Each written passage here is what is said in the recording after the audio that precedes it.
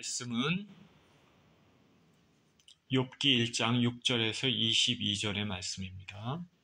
욥기 1장 6절에서 22절의 말씀 같이 읽도록 하겠습니다. 시작.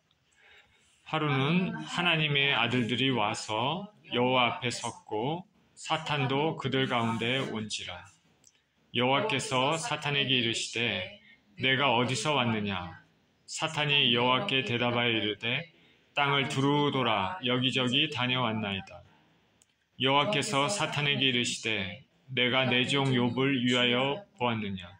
그와 같이 온전하고 정직하여 하나님을 경외하며 악에서 떠난 자는 세상에 없느니라.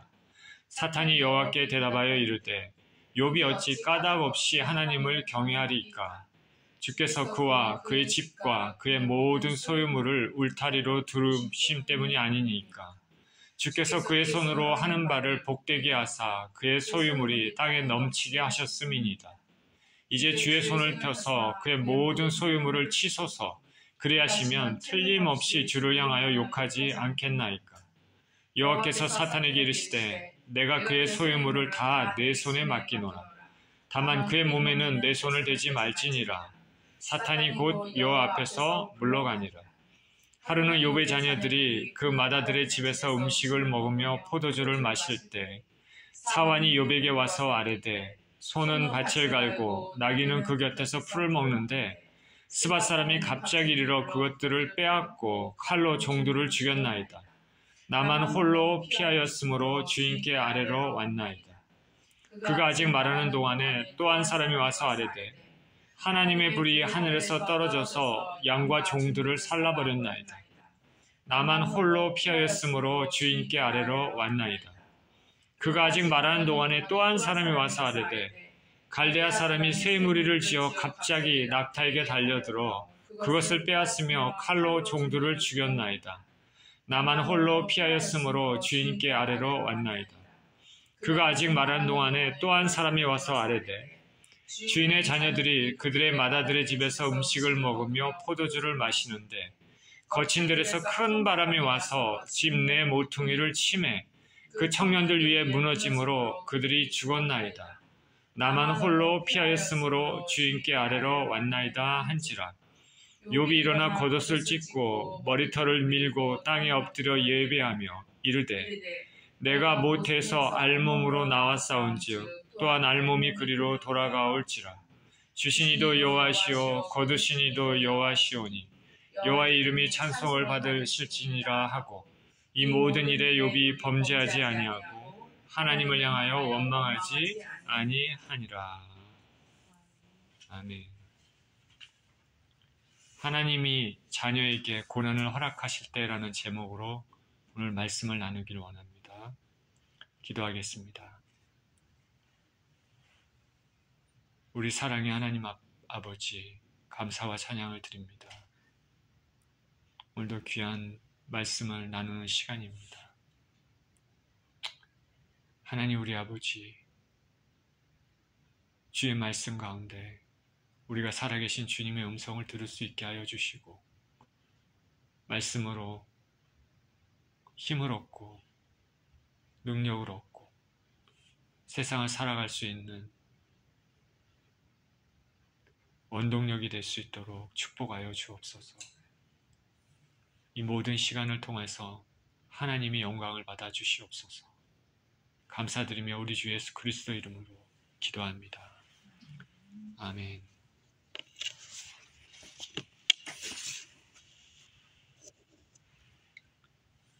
여러분 아시다시피 재작년에 제가 건강상 이유로 한국을 방문했었습니다. 미국에서 제 아내가 혼자 몇 개월 생활을 했었습니다. 혼자 생활하다 보니까 불편한 것이 여기저기 있겠지요. 근데 제 아내가 우연히 알게 된 전도사님 부부가 있었습니다. 이거 아틀란타에서 있다가 이제 난민 사역을 한다고 하길래 그때 이제 겨울이 다가오는 때였습니다. 히터가 필요할 것 같아서 집에 있는 히터를 드리기로 했습니다. 만나기로 한 장소에 차에다 히터를 싣고 프리웨이를 타고 내려가는 도중에 큰 트럭과 부딪히는 사고를 당했습니다. 우리 85번 프리웨이 보면은 트럭이 큰 것들이 많죠. 매우 큰 트럭이고 그 당시 안에 차는 경차인 코롤라였습니다. 차가 부딪히는 순간 몇 바퀴 돌았다고 합니다. 차는 완전히 완파돼서 폐차를 해야 할 상태였습니다. 이렇게 큰 사고를 당하는 상황에서 저는 또 한국에 있으니까 또 혼자 모든 걸 감당하는 것이 쉽지 않았습니다. ER도 갔다 왔고 또 그때 마침 또 학교에 이제 곧 입학해서 강의도 듣고 또 일도 하고 해야 되니까 참 감당하기 쉽지 않았겠죠. 전도사님 부부에게 히터를 그냥 주려고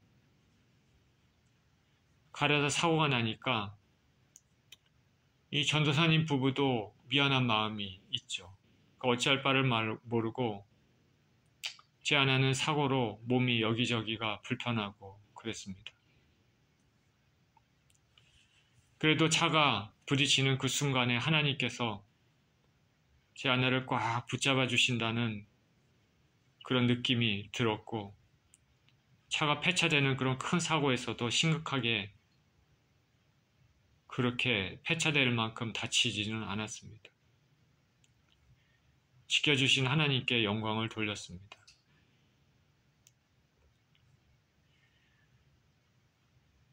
큰 사고에 비해서는 그렇게 크게 다치지 않아서 한편으로 감사하지만 하나님께서 처음부터 사고가 없도록 해주실 수는 없었을까라는 의문이 생깁니다.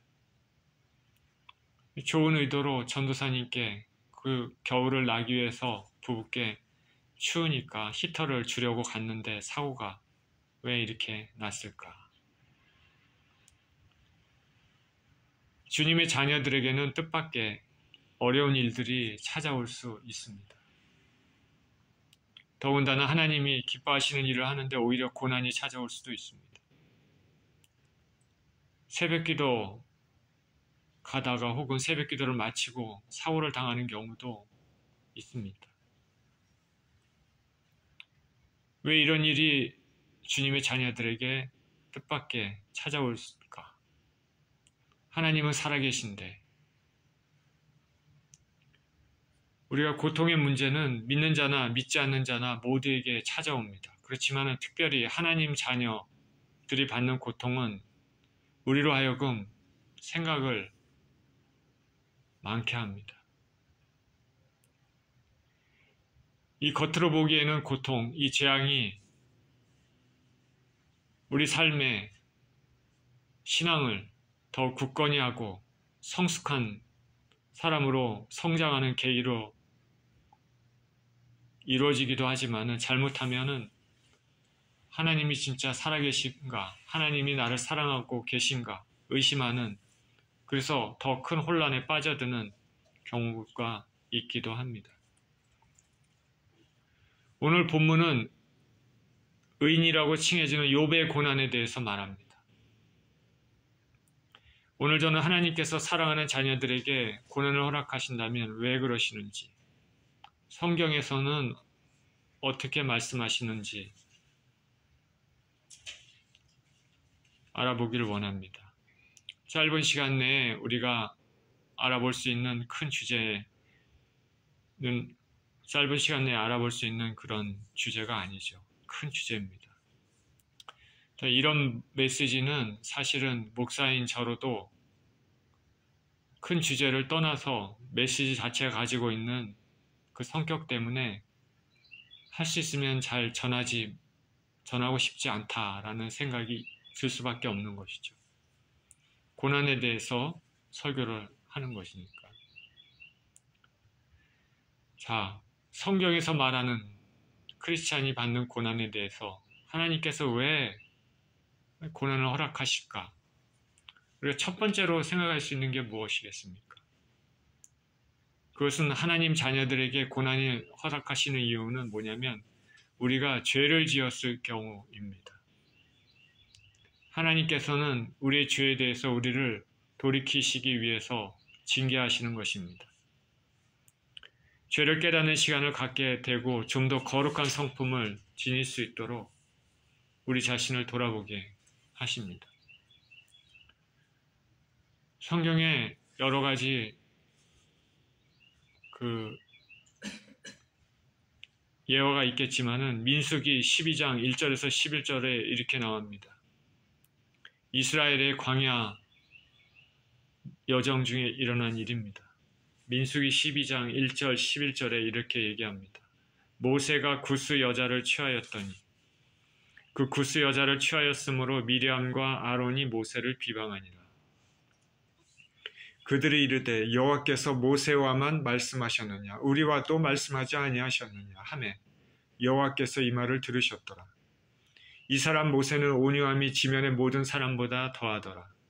여호와께서 갑자기 모세와 아론과 미리암에게 이르시되 너희 세 사람은 회막으로 나아오라 하시니 그 세 사람이 나아가매 여호와께서 구름 기둥 가운데로부터 강림하사 장막문에 서시고 아론과 미리암을 부르시는지라 그 두 사람이 나아가매 이르시되 내 말을 들으라. 너희 중에 선지자가 있으면 나 여호와가 환상으로 나를 그에게 알리기도 하고 꿈으로 그와 말하기도 하거니와 내 종 모세와는 그렇지 아니하니 그는 내 온 집에 충성함이라. 그와는 내가 대면하여 명백히 말하고 은밀한 말로 하지 아니하며 그는 또 여호와의 형상을 보거니 너희가 어찌하여 내 종 모세 비방하기를 두려워하지 아니하느냐. 여호와께서 그들을 향하여 진노하시고 떠나시매 구름이 장막 위에서 떠나갔고 미리암은 나병에 걸려 눈과 같더라. 아론이 미리암을 본즉 나병에 걸렸는지라. 아론이 이에 모세에게 이르되 슬프도다 내 주여 우리가 어리석은 일을 하여 죄를 지었으나 청하건대 그 벌을 우리에게 돌리지 마소서.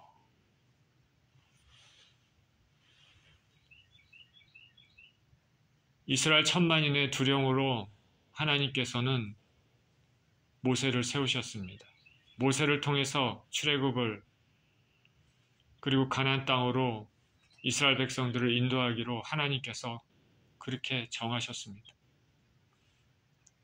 그런데 아론과 미리암은 그 모세의 권위에 대해 대항을 하는 것입니다. 모세가 구스 여인, 이방 여인입니다. 아내를 맞아들였습니다.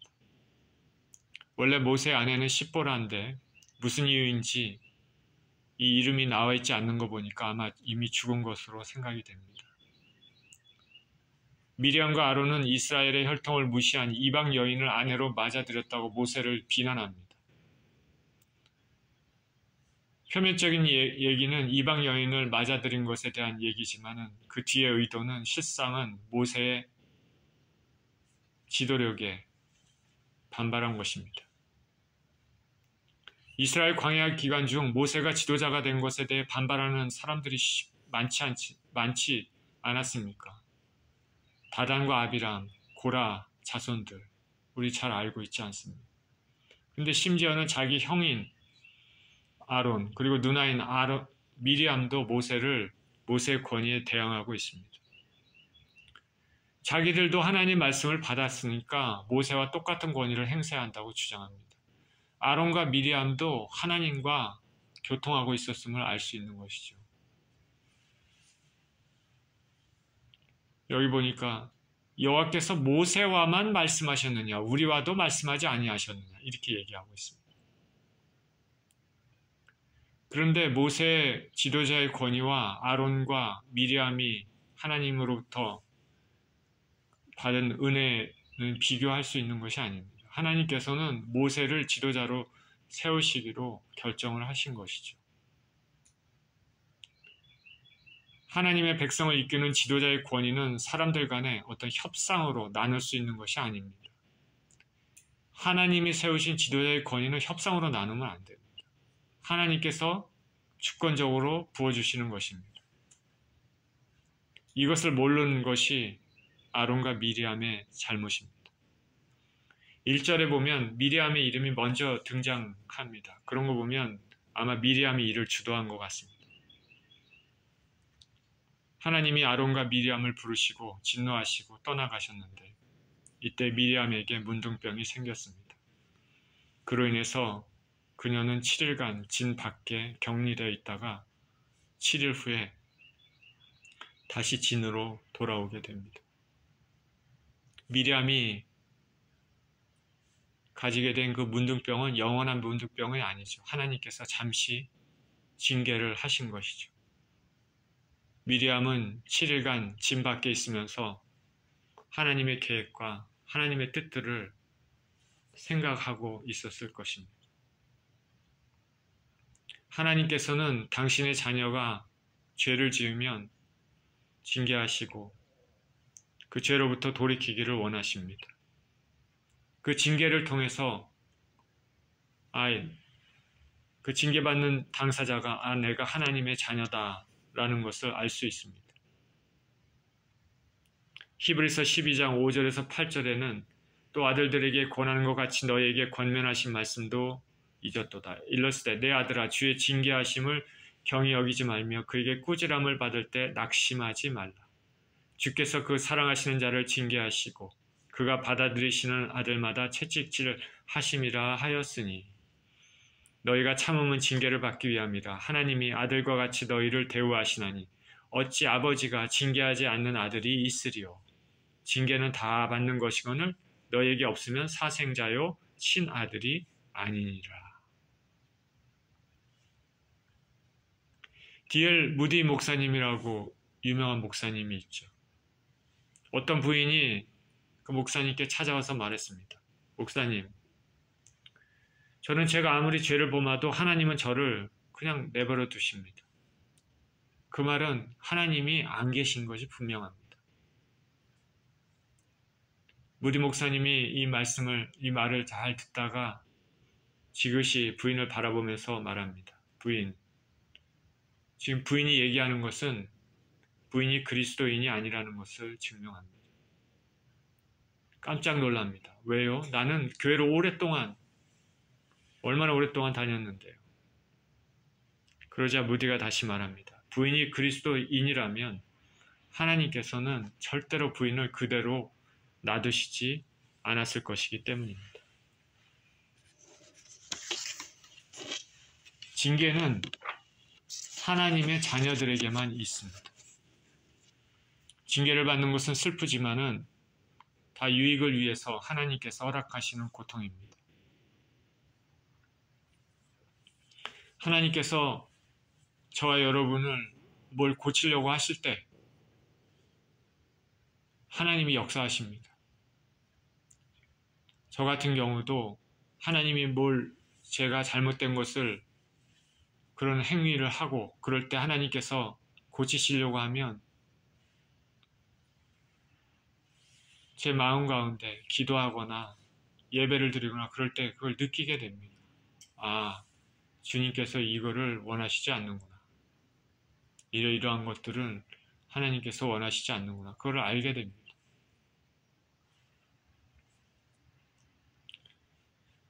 하나님을 멀리 떠나 시간이 흘러도 고난도 없고 삶의 변화도 없다면 내가 하나님의 자녀인가 생각해 봐야 됩니다. 죄를 지었을 때 바로 어려움과 고난이 있다면 감사함으로 받아야 되겠죠. 하나님이 나를 잊지 않으시고 나를 자녀로 생각하시는구나. 우리가 죄 가운데 막 살아도 인생이 평안하다 하면 그것은 저주와도 같습니다. 자, 하나님께서 당신의 자녀들에게 고난을 허락하실 때가 이때가 죄를 지었을 때가 있고 또 어떤 경우냐 보면 하나님이 자녀들에게 고통과 슬픔을 허락하신 이유는 자녀들에게 힘을 주시기 위해서, 권능을 주시기 위해서 그럴 때 허락하십니다. 인간의 힘, 인간의 권능이 아니라 하늘에서 내려오는 힘, 하늘에서 내려오는 권능 그것을 허락하실 때 고통도 허락하실 때가 있다는 것이죠. 고린도후서 12장 7절에서 10절에 이렇게 얘기합니다. 사도 바울의 얘기입니다. 여러 개 시를 받은 것이 지극히 크므로 너무 자만하지 않게 하시려고 내 육체에 가시고 사탄의 사자를 주셨으니 이는 나를 쳐서 너무 자만하지 않게 하려 하심이라. 이것이 내게서 떠나가게 하기 위하여 내가 3번 주께 간구하였더니 나에게 이르시기를 내 은혜가 내게 족하도다. 이는 내 능력이 약한 데서 온전하여짐이라 하신지라. 그러므로 도리어 크게 기뻐함으로 나의 여러 약한 것들에 대하여 자랑하리니 이는 그리스도의 능력이 내게 머물게 하려 함이라.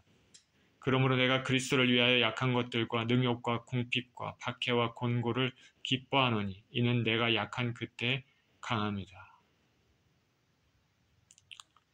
사도 바울은 다른 사람이 모르는 약점이 있었습니다. 사도 바울은 기독교 역사상 가장 위대한 인물 중에 하나입니다. 신약 성경 13권이 그에 의해서 하나님께서 그를 통해서 쓰셨습니다. 그는 3번째 하늘 천국까지 올라간 사람입니다. 하지만 그는 그를 괴롭히는 가시를 가지고 있었습니다. 아마도 이 가시가 없다면 하나님의 일을 더 잘할 것이라 생각했을지 모르겠습니다. 밤낮으로 가시를 없애달라고 기도했습니다. 1번, 2번, 3번, 여기 3번 기도했다 얘기합니다. 3번 기도했다는 것은 1번, 2번, 3번 기도했다는 것이 아니라 기도를 많이 했다라는 말입니다. 가시가 뭘까? 많은 추측이 있지만 분명한 것은 이 가시로 인한 고통이 그 하나님의 일에 방해가 되지 않고 오히려 하나님의 사역에 도움이 되었다는 것입니다. 바울이 약하기 때문에 하나님께서 강한 권능을 그에게 더하여 주셨습니다. 그래서 바울은 내가 약할 때 강함이라 그렇게 말합니다. 오히려 하나님을 찬송합니다. 이 가시가 없다면 바울은 자기 힘으로 사역을 했겠지만 그래서 하나님보다는 자기의 힘을 더 의지했을 것이지만은 가시 때문에 하나님 앞에 기도하고 하나님의 힘을 의지하고 하나님의 도움을 더 많이 간구했기 때문에 강력한 복음을 전할 수 있게 되었습니다. 그의 연약함 때문에 하나님은 더 강한 역사를 하실 수 있었습니다. 역설적이지만 연약함 때문에 더 성공적으로 사역하는 경우가 많습니다. 여러분, 하나님이 이거는 들을 게 있는 사람은 들으십시오. 하나님이 우리의 삶에 가장 귀하게 보시고 인정해 주시는 시간은 잘 나가고 평안할 때가 아닙니다. 때로 가난하고 병으로 고통 가운데 울부짖을 때 하나님이 그때를 가장 귀하게 여기십니다. 그리스도 예수 안에서의 고난은 보석과 같습니다.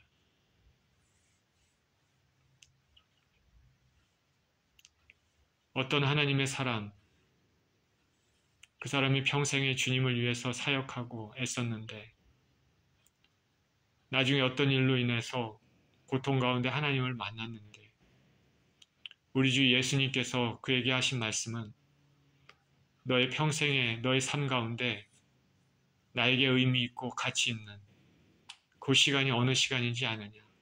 여태까지 너가 사역했던 그 시간이 아니라 너가 사역하면서 어떤 일로 인한지는 우리는 모르겠지만 너 사역하면서 돈이 없어 계좌에 제로가 찍혔을 때 그것을 보면서 눈물을 흘리고 하나님 앞에 울부짖고 간구했을 때 그때가 가장 귀하고 가장 보석 같은 시간이고 하나님께서 인정해 주는 시간이다 라고 얘기했습니다. 우리의 관점과 하나님 관점은 틀립니다. 그래서 제가 말씀드린 것처럼 들을 귀 있는 자는 들으십시오 라고 말했습니다. 그런데 저나 여러분이나 알다시피 제가 이렇게 말씀을 드려도 이 세상에 어떤 사람이 고난에 대해서 기뻐하며 살 수 있겠습니까? 저나 여러분이나 고난을 당했을 때 기뻐하기가 참 어렵습니다. 그러나 우리는 이것을 알아야 되겠죠. 그리스도 안에서 고난은 우리에게 놀라운 축복이 보장된 시간임을 알아야 됩니다. 위대한 신앙인들, 손양원 목사님 같은 분들은 고난의 가치를 진정으로 아셨던 분입니다. 자, 세 번째 보겠습니다. 하나님께서 자녀에게 어떨 때 고통과 슬픔을 허락하실까? 그것은 하나님이 위로와 은혜를 우리에게 주실 때입니다. 그래서 우리가 받은 그 위로와 은혜를 통해서 동일하게 고통받는 자들에게 위로를 줄 때, 그럴 때 허락을 하신다는 것이죠. 고린도후서 1장 3절에서 7절에 이렇게 얘기합니다. 찬송하리로다. 그는 우리 주 예수 그리스도의 하나님이시요 자비의 아버지시여 모든 위로의 하나님이시며 우리의 모든 환난 중에서 우리를 위로하사 우리로 하여금 하나님께 받은 위로로서 모든 환난 중에 있는 자들을 능히 위로하게 하시는 이시로다. 그리스도의 고난이 우리에게 넘친 것 같이 우리가 받는 위로도 그리스도로 말미암아 넘치는도다. 우리가 환난당하는 것도 너희가 위로와 구원을 받게 하려는 것이요 우리가 위로를 받는 것도 너희가 위로를 받게 하려는 것이니 이 위로가 너희 속에 역사하여 우리가 받는 것 같은 고난을 너희도 견디게 하느니라.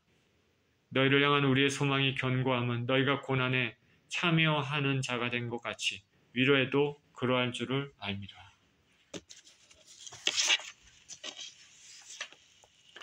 환난 중에 있는 우리를 위로하심으로 동일한 환난을 받는 자들에게 위로를 줄 수 있는 힘이 생깁니다.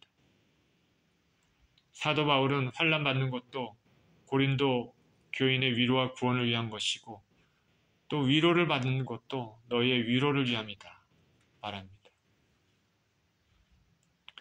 저는 자녀를 잃은 슬픔을 겪은 여인이 많은 사람들이 찾아와서 그 여인에게 위로를 해줬지만 특별히 동일하게 자녀를 잃은 사람이 와서 아무 말도 하지 않고 안아주면서 같이 울어주는 것이 가장 위로가 됐다는 말을 들은 적이 있습니다. 슬픔을 겪은 사람이 동일한 슬픔을 겪고 있는 사람의 심정을 가장 잘 알고 있기 때문입니다. 같은 동정의 마음을 가지는 것은 동일한 경험을 한 사람만이 가질 수 있습니다.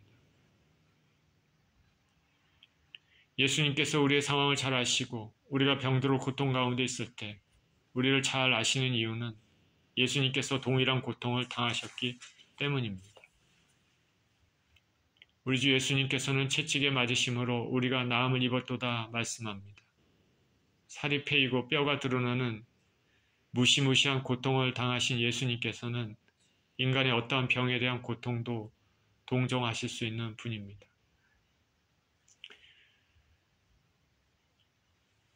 그 로마 군병으로부터 받는 그 무시무시한 채찍질, 그 받은 그 참 감당하기 힘든 그 고통, 그 극심한 고통을 통해서 우리 인생들이 가지고 있는 어떤 병에 대한 고통도 주님께서는 다 커버하실 수 있는 분이라는 것이죠. 히브리서 4장 15절 16절에는 우리에게 있는 대제사장은 우리의 연약함을 동정하지 못하시리가 아니요 모든 일에 우리와 똑같이 시험을 받으시니로되 죄는 없으시니라. 그러므로 우리는 긍휼하심을 받고 때를 따라 돕는 은혜를 얻기 위하여 은혜의 보좌 앞에 담대히 나아갈 것이니라. 자, 우리 믿는 자들은 이런 히브리서 말씀을 붙잡고 기도해야 될 것입니다. 이런 말씀을 우리에게 주신 하나님께 감사드립니다. 자, 세 가지 말씀을 드렸죠. 네 번째, 하나님께서 자녀들에게 고통과 슬픔을 허락하신 이유는 하나님의 영광을 위해서입니다. 하나님의 영광을 위해서 때로는 허락하신다. 여기에는 신앙의 연단을 위한 성숙을 위한 연단의 과정 포함된다 하겠습니다. 하나님의 영광을 위해서 신앙 성숙을 위해서 우리에게 고난과 슬픔을 허락하시기도 합니다. 나사로가 죽었다가 다시 살아난 것을 보십시오. 예수님의 부활의 권능의 영광을 보여주기 위해서 나사로는 죽었던 것입니다. 세례 요한의 경우 헤롯 안디바의 비도덕적 행위를 꾸짖었다는 이유로 감옥에 갇히고 결국 목이 잘립니다. 그런데 요한의 임무는 예수님의 길을 예비해주는 역할을 하는 주의 종이었습니다. 허무하게 죽은 것 같지만은 그의 인생은 바로 하나님의 영광을 위해 순교를 당한 것입니다. 요한복음 9장 1절에서 3절에는 나면서 소경된 자를 예수님께서 고치시는 장면이 나옵니다. 예수께서 길을 가실 때 날때부터 맹인된 사람을 보신지라. 제자들이 물어 이르되 라삐여, 이 사람이 맹인으로 난 것이 누구의 죄로 인함이니까? 자기니까 그의 부모니까? 예수께서 대답하시되 이 사람이나 그 부모의 죄로 인한 것이 아니라 그에게서 하나님이 하시는 일을 나타내고자 하심이라. 때로는 이런 고난을 통해서 하나님의 영광이 더 크게 선포되는 경우가 있습니다. 다윗이 사울의 시기를 피해서 도망할 때를 생각해 보십시오. 도망자로서 광야 인생을 살 때 그는 진정으로 하나님의 종으로 훈련됐습니다. 이스라엘을 하나님 나라로 단단하게 세운 왕으로 예수님께서도 다윗의 혈통으로 오시게 되었습니다. 사울과 다윗의 차이는 이렇습니다. 사울은 연단을 받지 않고 왕이 됐고 다윗은 연단을 받은 후에 왕이 됐습니다. 사울의 말년은 실패로 끝났고 다윗의 말년은 성공으로 끝났습니다. 신앙의 연단은 하나님께 영광을 돌립니다. 우리가 받을 수 있는 사람만 받을 수 있겠지만 오늘날도 하나님의 영광을 위해 삶의 불편함, 고통을 당하는 사람들이 있습니다. 귀한 일이죠. 그러나 당사자에게는 결코 쉽지 않은 일입니다. 이런 사람들은 하나님께서 이 땅에 심어놓은 남은 자와 같은 사람들이고 하나님의 눈이 항상 특별히 보시는 사람들입니다. 이런 사람들은 고난 가운데 하나님께 울부짖지만 이 땅을 살고 영원한 나라 들어갈 때는 말할 수 없는 영광스러운 상급이 예비되어 있을 것입니다. 딱딱한 식물을 씹고 삼키고 있는 사람들이죠. 욥이나 바울 같은 사람들입니다. 지금도 우리는 알지 못하지만 이 지구상에 숨겨진 이런 삶을 사는 사람들이 분명히 있습니다. 우리는 알지 못하지만. 알지 못한다고 존재하지 않는 건 아니죠. 어디에 있을까요? 우리는 잘 모르죠. 우리 주위에 있을까요?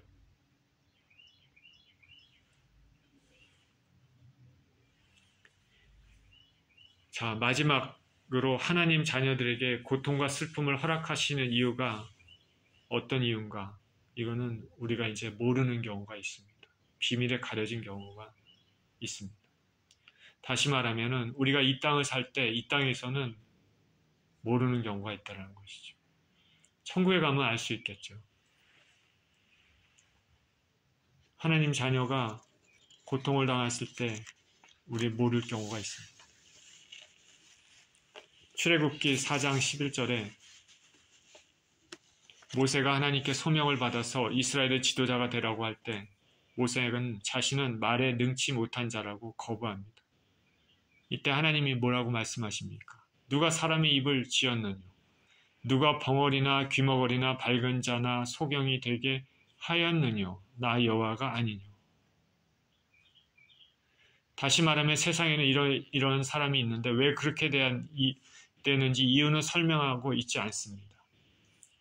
오늘 읽은 본문의 욥의 경우도 그렇습니다. 욥은 의인입니다. 하나님께서 인정한 사람입니다. 세상의 완전한 의는 오직 예수 그리스도를 통해서만 얻을 수 있는 것이지만은 일반적으로 사람들과 비교해서 욥은 거룩한 삶을 산 사람입니다. 그래서 오늘 읽은 욥기에서도 보면 우스 땅에 욥이라 불리는 사람이 있었는데 그 사람은 온전하고 정직하여 하나님을 경외하며 악에서 떠난 자더라. 그리고 8절에서도 하나님께서 사탄에게 말씀하십니다. 내가 내 종 욥을 유해해서 봤느냐? 그와 같이 온전하고 정직하여 하나님을 경외하며 악에서 떠난 자는 세상에 없느니라. 하나님께서 이렇게 말씀하시는 것은 이 대단한 사람이죠. 에스겔 선지사, 에스겔서에서 보면 하나님이 의롭다고 인정한 의인 세 사람이 나오는데 노아, 다니엘, 욥 이렇게 나옵니다. 특별히 이 세 사람은 하나님께서 인정한 사람이죠.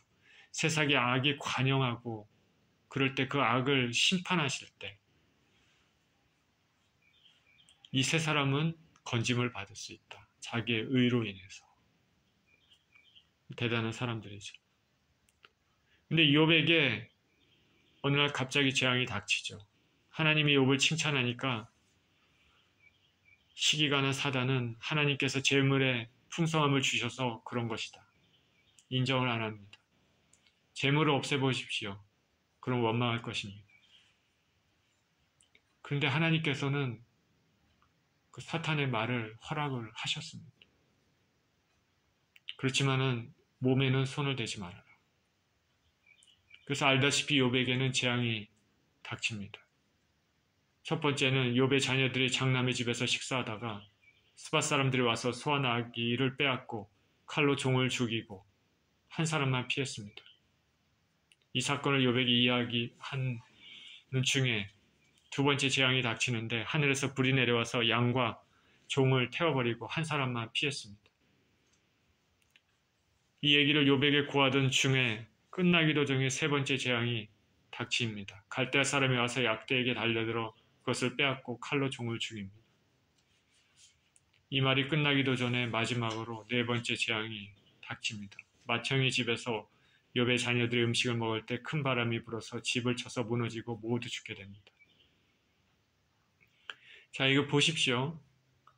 재앙이 하나가 끝나기도 전에 또 재앙이 일어나고 또 끝나기도 전에 재앙이 또 일어나고 이렇게 되면은 이거는 하나님이 관련이 있구나 이렇게 생각할 수밖에 없습니다. 그렇죠? 이런 재앙. 우연히 일어난 것이 아니죠. 초전적인 일이죠. 하나님께서 허락하지 않으시면 절대적으로 일어날 수가 없습니다. 욥은 분명히 알았겠죠. 하나님께서 나를 치시는구나. 근데 20절을 보니까 욥이 이렇게 얘기합니다. 욥이 일어나 겉옷을 찢고 머리털을 밀고 땅에 엎드려 예배하며 예배한다. 이 말을 통해서 욥이 경건한 사람이다, 의인이다라는 것은 헛된 말이 아님을 알 수 있습니다. 겉모양이 그럴듯한 의인이 아니라 진짜 그 안에 의로운 심령을 가지고 있는 그런 사람임을 알 수 있습니다. 사람을 파멸시키는 것이 삶의 목표인 사단은 이제 하나님께서 이렇게 욥을 칭찬하니까 또 시험을 걸기를 이제 몸을 치십시오. 그렇게 얘기합니다. 자, 사람이 재물보다 몸이 더 중요합니다. 사람이 돈을 아무리 이 세상 만을 가지고 있어도 몸 아프면 누리지도 못합니다. 삶의 낙이 없죠. 재물을 이제 쳤으니까 이제 욥 자신의 몸을 치도록 사단이 하나님께 요구합니다. 하나님께서는 몸을 치는 것을 허락하시지만 생명은 해하지 말란 말씀하십니다. 사단이 욥을 쳐서 몸에 악창이 나게 합니다. 몸에 피부병, 고름이 생기고 악성 피부병 같은 것일지 모르겠습니다. 이렇게 몸에 막 고름이 막 여기저기서 물집이 생기면 고름 생기고 그런 것이 아주 악성일지 모르겠습니다. 고통의 순간에 또한 고통을 가중시키는 일이 또 생깁니다. 욥의 아내가 말합니다. 하나님 욕하고 죽으라. 상대방이 고통스러울 때 이런 얘기하면 안 됩니다. 특히 가장 가까이 있는 사람이 얘기하면 안 됩니다. 이거는 원투 펀치를 맞고 KO 펀치를 연속으로 맞는 거나 똑같습니다. 아내가 이렇게 얘기를 합니다. 하나님을 욕하고 죽어라. 참 이렇게 견디기 어려운 상황에서 그러나 욥은 하나님을 원망하지 않았습니다.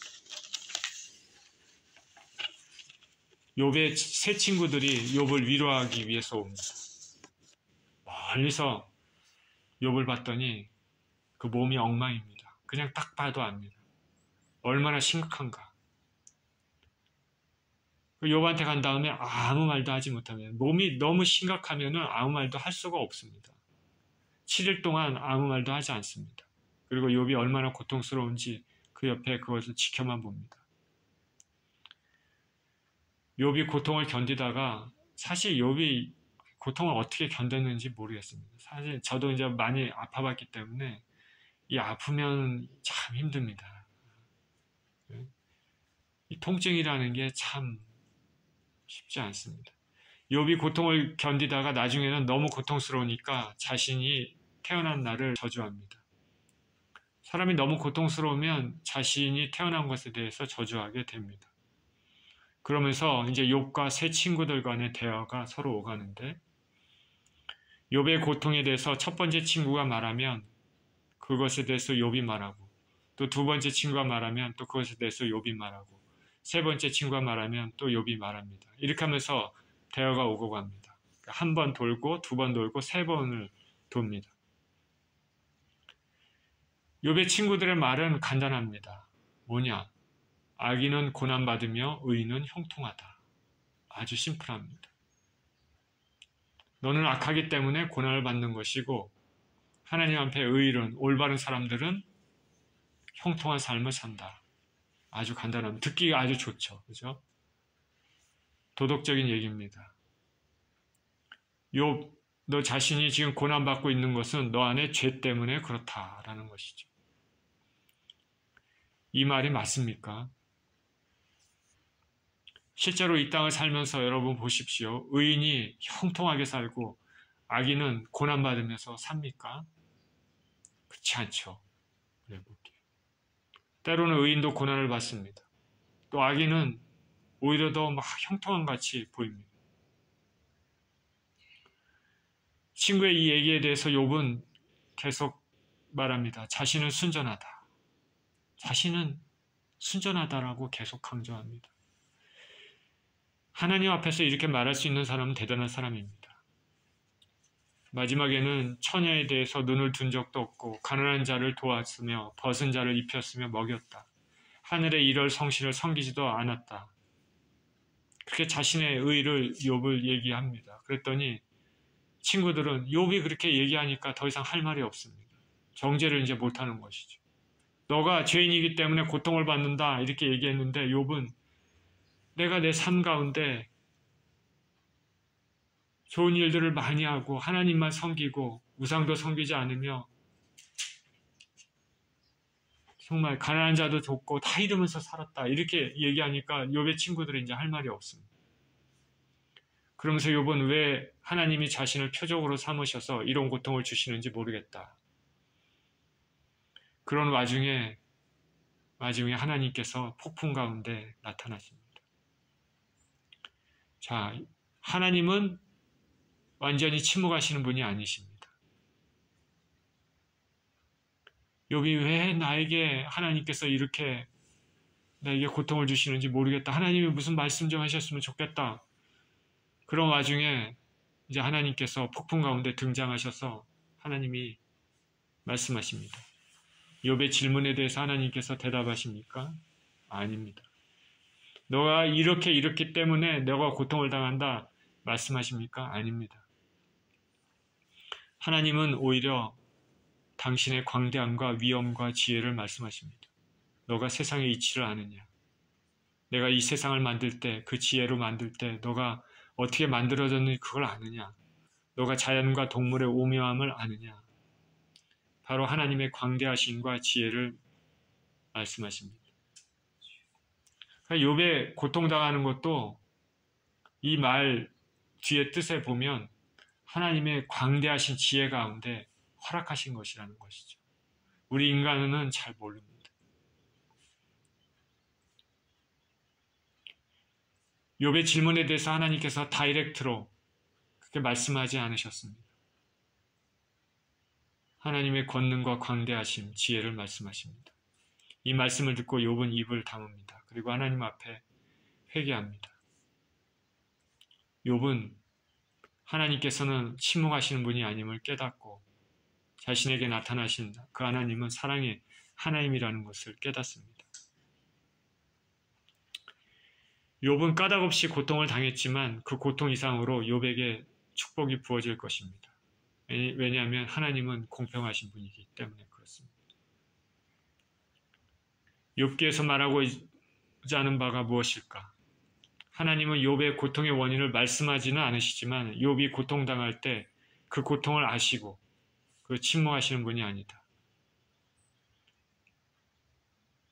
그렇기 때문에 고통당하는 자는 그 가운데서도 하나님을 전적으로 신뢰하여야 된다.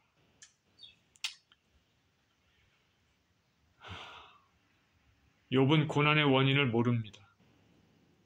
욥이 어떻게 알겠습니까? 하늘에서 하나님과 사단이 하는 그 대화를 욥이 어떻게 압니까? 모르죠. 고난의 원인을 모르죠. 고난당할 때 주님의 완전한 지혜와 선하심을 신뢰하는 것, 이것이 올바른 태도라는 것을 욥기에서 말하고 있습니다. 말씀 초반에 제 아내의 사고에 대해서 말씀드렸는데 이로 인해서 전도사님 부부와 관계가 멀어졌습니까? 그렇지 않죠. 오히려 더 잘 알게 되고, 저는 그 전도사님 부부를 원래 잘 몰랐던 사람인데 제가 이제 한국에 가서 다시 미국에 오고 난 이후에 또 집사람과 여러 번 만나고 제가 그 난민 사역하는 데도 가보고 그러면서 서로 친해지고 더 잘 알게 됐습니다. 그리고 우리보다 나이가 어리지만 인격적으로 성숙하고 신앙이 성숙한 사람임을 알게 됐습니다. 믿음의 동역자들을, 훌륭한 동역자들을 만나게 해주신 하나님께 감사를 드립니다. 제가 한국에 갈 때 제 아내가 미국에 이제 혼자 있기 때문에 한국에서 매일 이제 기도를 드렸습니다. 직장 다니고 왔다 갔다 하고 일하고 그럴 때 힘들기 때문에 사고 나지 않도록, 정말 제가 없는 상황에 혼자 있는데 교통사고 나지 않게 해달라고 하나님 앞에 매일 그렇게 간절하게 기도했는데 어느 날 연락을 받아왔더니 사고 나고 이 아래 있다는 얘기를 들었습니다. 그 순간 이게 하나님 앞에 그렇게 오랫동안 그렇게 기도하면서 이랬는데 왜 이런 일이 일어날까? 그래서 하나님 앞에 기도를 드렸습니다. 하나님, 왜 이런 일이 왜 일어납니까? 제가 계속 기도하지 않았습니까? 그랬는데 제 마음 가운데 성령께서 너가 생각하는 그런 것이 아니다라는 것을 한 번이 아니라 거듭거듭 이렇게 그 감동을 주셨습니다. 제 마음 가운데 거듭거듭. 나는 하나님 앞에 약간 불평적으로 그렇게 기도를 하는데 제 마음은 그게 아닌 거죠.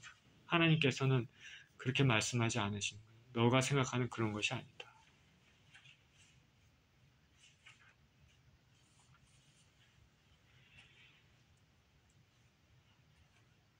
하나님의 자녀들도 때로는 고난을 당하는데 오늘 말씀을 종합해보면 죄로 인한 징계의 고난을 주실 때가 있고 하늘의 권능을 주시기 위해서 허락하시기도 하고 또 동일한 고난을 겪는 사람들을 위로할 수 있도록 넓고 긍휼한 마음을 가질 수 있도록 고난을 허락하시기도 합니다. 어떨 때는 하나님 영광을 위해서 그리고 좀 더 성숙한 신앙을 위해서 고난을 허락하시기도 합니다. 그리고 욥의 경우처럼 알지 못하는 경우도 있습니다. 그러나 이 모든 것 가운데 우리가 알아야 되는 것은 하나님은 우리를 살펴보시고 사랑하시며 결코 침묵하시는 분이 아니라는 것입니다. 완전한 지혜 하나님, 사랑의 하나님은 그 섭리 가운데서도 때로 주의 자녀들에게 고난을 허락하시지만 하나님 우리를 사랑하시고 우리를 건지시는 분이라는 것을 우리는 알아야 됩니다. 오늘 말씀 가운데 생각하시면서 고난 가운데 계신 분이 있다면 주님을 신뢰하는 믿음으로 기도로 이 시간을 통과하는 법을 배워야 되겠습니다. 하나님은 침묵하시는 분이 아니다. 주의 자녀들과 함께 하시는 분이다. 이 사실을 알고 주님 신뢰하며 믿음으로 승리하는 삶을 사시는 저와 여러분 모두 되시기를 예수 그리스도 이름으로 축원드립니다. 기도하겠습니다. 생명의 주님, 감사와 찬양을 드립니다. 우리는 주님의 자녀입니다. 주님의 사랑을 받는 사람들이고 주님의 보호를 받는 사람들입니다. 그러나 때로는 우리 삶에 어려움이 닥칠 때가 있습니다. 믿음이 연약하면 의심이 하나님의 사랑에 의심을 들 때도 있지만 그러나 성경은 분명히 말씀하십니다. 어떤 상황 가운데서도 하나님 우리를 살펴보시고 이 모든 것들은 우리의 유익을 위해서 허락하신 것이며 우리가 잘되고 우리에게 복을 주시기 위해서 허락하시는 것입니다. 그리고 하나님은 우리가 고통 가운데 있을 때 괴로운 가운데 있을 때 절대로 침묵하시는 분이 아니시며 하나님은 우리를 회복시키시는 분이십니다. 하나님 우리 아버지, 우리 이 땅을 살면서 언제나 이 하나님을 의지하고 하나님께 감사하며 모든 순간에 하나님께 영광을 돌리며 살 수 있는 그런 귀한 인생이 되게 하여 주옵소서. 감사드리며 우리 주 예수 그리스도 이름으로 기도합니다.